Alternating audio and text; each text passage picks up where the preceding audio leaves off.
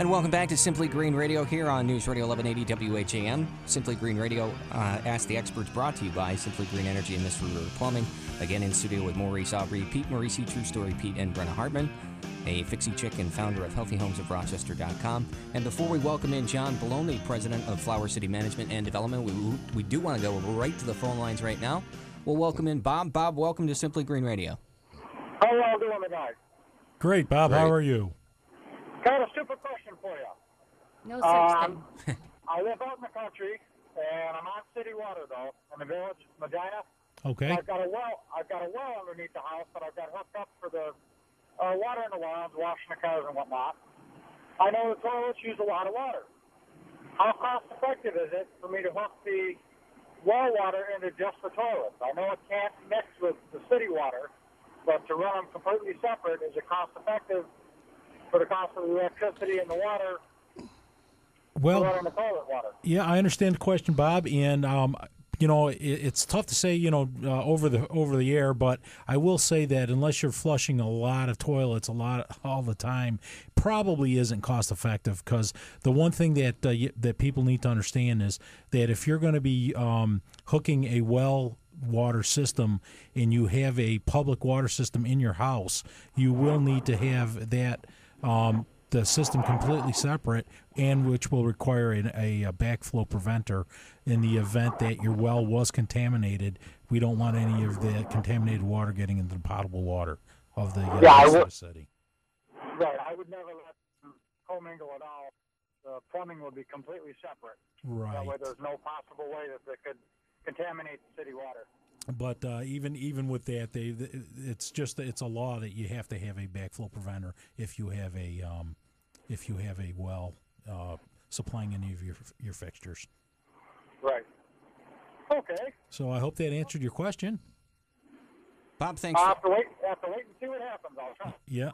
Bob, thanks for the question. We appreciate it. That frees up another line now, 222-1180. Again, that number, 222-1180. This is Simply Green Radio, brought to you by Simply Green Energy and Mr. Ruder. We did have a caller on hold during the break. Sam, sorry we weren't able to get to your phone call, so please give us a call back if you want to have Mo, Pete, or Brenna, or John make a comment to rather answer any of your questions. And without further ado, kind of late getting to this late, but I want to welcome in John Billone. John, the president of Flower City Management and Development. So welcome to the program. Thank you very much. Welcome, John. Thank you, Mo, for the invitation. It's a pleasure to be here. Oh, you're quite welcome. We're looking forward to having you on. And just let's get right into it, Brenna. I'll let you field the first question to John. John, I know that you own, I believe it's the Medical Arts Building, and you've basically done the things that we've been talking about here at your building. That's correct. We purchased the building in 2002, and it's an area of the city, the East End, where we manage the majority of our property.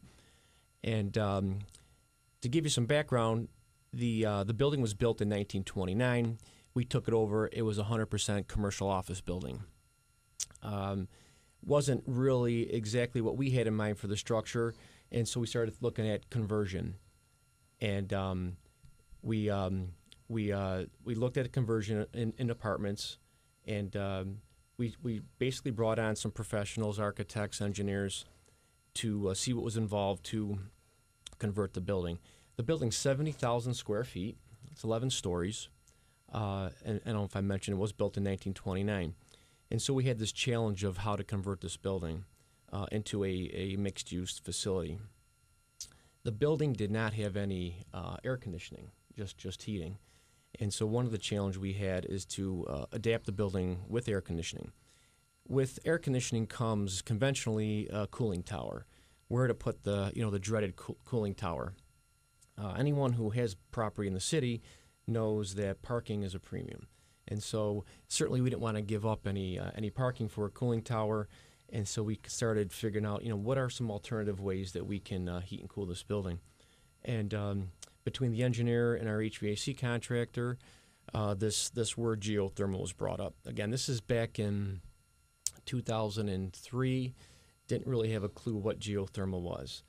Did a little research, and what really caught our attention was when the engineer said, I ran some quick numbers, and this thing, based on electrical cost and gas cost, you can probably have this thing paid for in 5 years. Wow.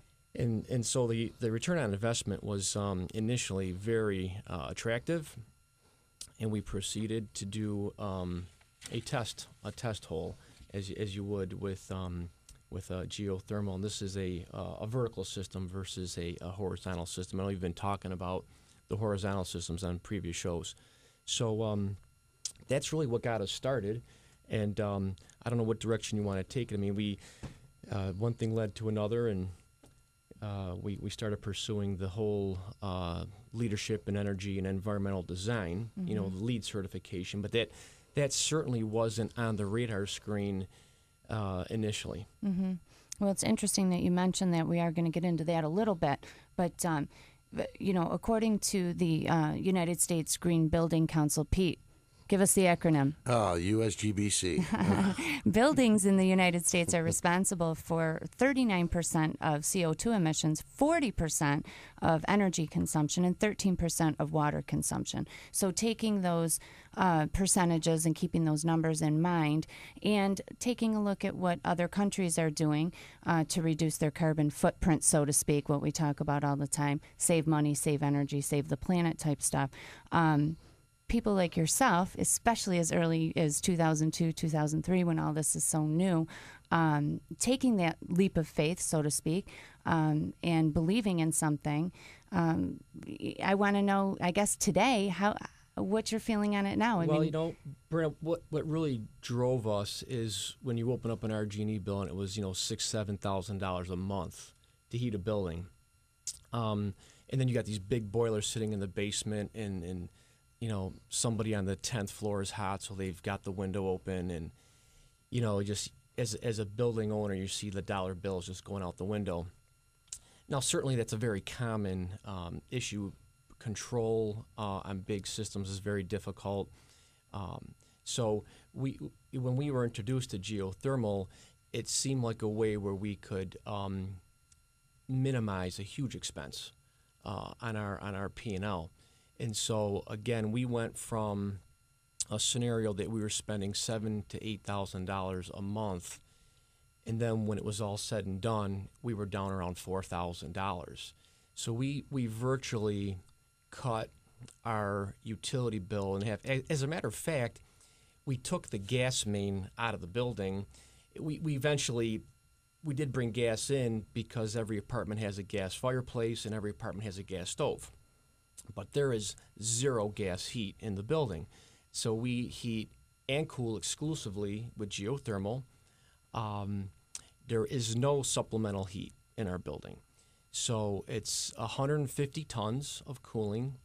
And again, it's 100% geothermal, and the system's been online. We went online the winter of 2004. This might be a good, part in our show here to maybe let Mo or Pete jump in with reintroduction of geothermal and actually how that works. What you're saying you have in this building, how is it working for you? You guys want to explain to our listeners? I was going to get in on this for a minute there, but John, you mentioned when you first looked at the payback period, you mentioned 5-year payback period. Is that what it turned out to be for you, or was it a little longer? Or Yeah, Mo, it actually, I know it's hard to believe, it was cut in half. It was about a 2.5-year payback. Wow. That's incredible. It really is a success story, and I mean, believe me, I wasn't smart enough to figure this out. I just listened real well. It seemed like a great idea. We talked earlier about a leap of faith, and quite honestly, it really what it was, because we never really were set up to put boilers back in the building. I mean, there's a 3-inch main, like I said, we took out. So we started drilling in the spring of 2004, and we had like 2.5 months to get these wells in the ground to be online for the winter of 2004. So the payback, when it was all said and done, keep in mind, fuel costs continue to rise. That's just what I was going to mention. Moving target. Yeah, it was exactly. How do you build those numbers into Right. into your pro forma? So energy continued to rise. The incentives from NYSERDA were pretty favorable. We were getting $400 a ton back from NYSERDA, which ended up being a $60,000 check because there was 150 tons. So We worked that into it. It's a nice Christmas bonus. It was great. It really was. And, as we look back on it and people continue to ask me, would I do it again? Overwhelmingly, the answer is yes. And I may point out is that our intention typically is to invest in these buildings and to hold on to them. So the longevity factor, 2.5 years, anybody can make the argument. It makes sense to keep it's a no-brainer. Right? It's an absolute no-brainer. Exactly. John, you also mentioned that, when you guys first bought the building, it was 70,000 square feet of basically commercial space with no air conditioning. Correct. I guess it doesn't take a rocket scientist, if you will, to figure out that you probably, as you converted the building, because from what I understand, you did make a mixed-use building out of it. That's it's correct. not all commercial space now. And commercial you might get away without air conditioning to a degree, but certainly the residential part of the building, I don't think in today's day and age would be a sell. And you'd have empty apartments. So with that being said, having the heating and air conditioning in geothermal, what has the rate been? Are you finding it hard finding tenants for your building? Mo, it's funny. The building is made up from floors 5 through 11 are residential, 1 and 2 retail, commercial, and 3 and 4 commercial space. One of the huge benefits of the geothermal heat pump system is the flexibility with heating and cooling. To answer your question, we are running 98% to 100% occupancy. It has not been difficult to keep the building full. Especially with the apartments. The apartments, oftentimes, there are people waiting for specific apartments. A waiting list. A little bit of a waiting list. That's music. That's music to a landlord's ears. And again, the building has a lot going for it. We have an awful lot of parking. We have underground parking. There's outdoor decks, and there's a lot of other things besides the energy efficiencies of the building. But the one thing I wanted to comment on is that the heat pump allows you to both heat and cool at the same time. So you could have a commercial tenant on floor 3 that has a big computer room who needs cooling. You may have a residential tenant up on a floor that needs heating. Certain times of the year, you need to do both. So one of the big advantages of the geothermal heating system is it allows you to add heat to the loop and take heat away from the loop. All simultaneously. All at the same time. So everybody has their own controls. Every single space. We have about 80 heat pumps in the building. So that's 80 thermostats. Right. Every heat pump has a thermostat, and so you can control that temperature literally in the same office. If you have more than one unit, you could have a computer room having cooling. You can have another office getting heat. And it really works out really well from a balancing perspective. So the beautiful part about that, John, is as one person is actually heating his apartment and taking energy from the source, and let's say Pete, he's in the other room and he's a little hot, so he's cooling his apartment down. He's actually putting energy back into the loop. And so within the building, you're actually you're almost recycling the energy within the building without even going through the ground loop. Yeah, the delta T, as we call it, right? The difference in temperature from the incoming water and the outgoing water, virtually around the same. Right. Versus swings of 10 to 15 degrees, depending on when it's 0 degrees outside, you're getting a larger delta T, of course. Sure. But in the springtime, in the fall time, those delta T's are dramatically reduced. Right. 222-1180, the number to call if you want to join in on the conversation. Again, that number 222-1180 in studio with Maurice Aubry, Mo, the project manager at Simply Green Energy, Pete Maurice, True Story Pete, the project manager for renewable energy at Mr. Rooter Plumbing. He also specializes in water conservation and its green division, and also in studio with Brenna Hartman, a fixie chick, founder of HealthyHomesOfRochester.com, and also in studio tonight with John Billone, the president of Flower City Management and Development. We'll be back with more of this conversation here on Simply Green Radio on Ask the Experts here on News Radio 1180 WHAM.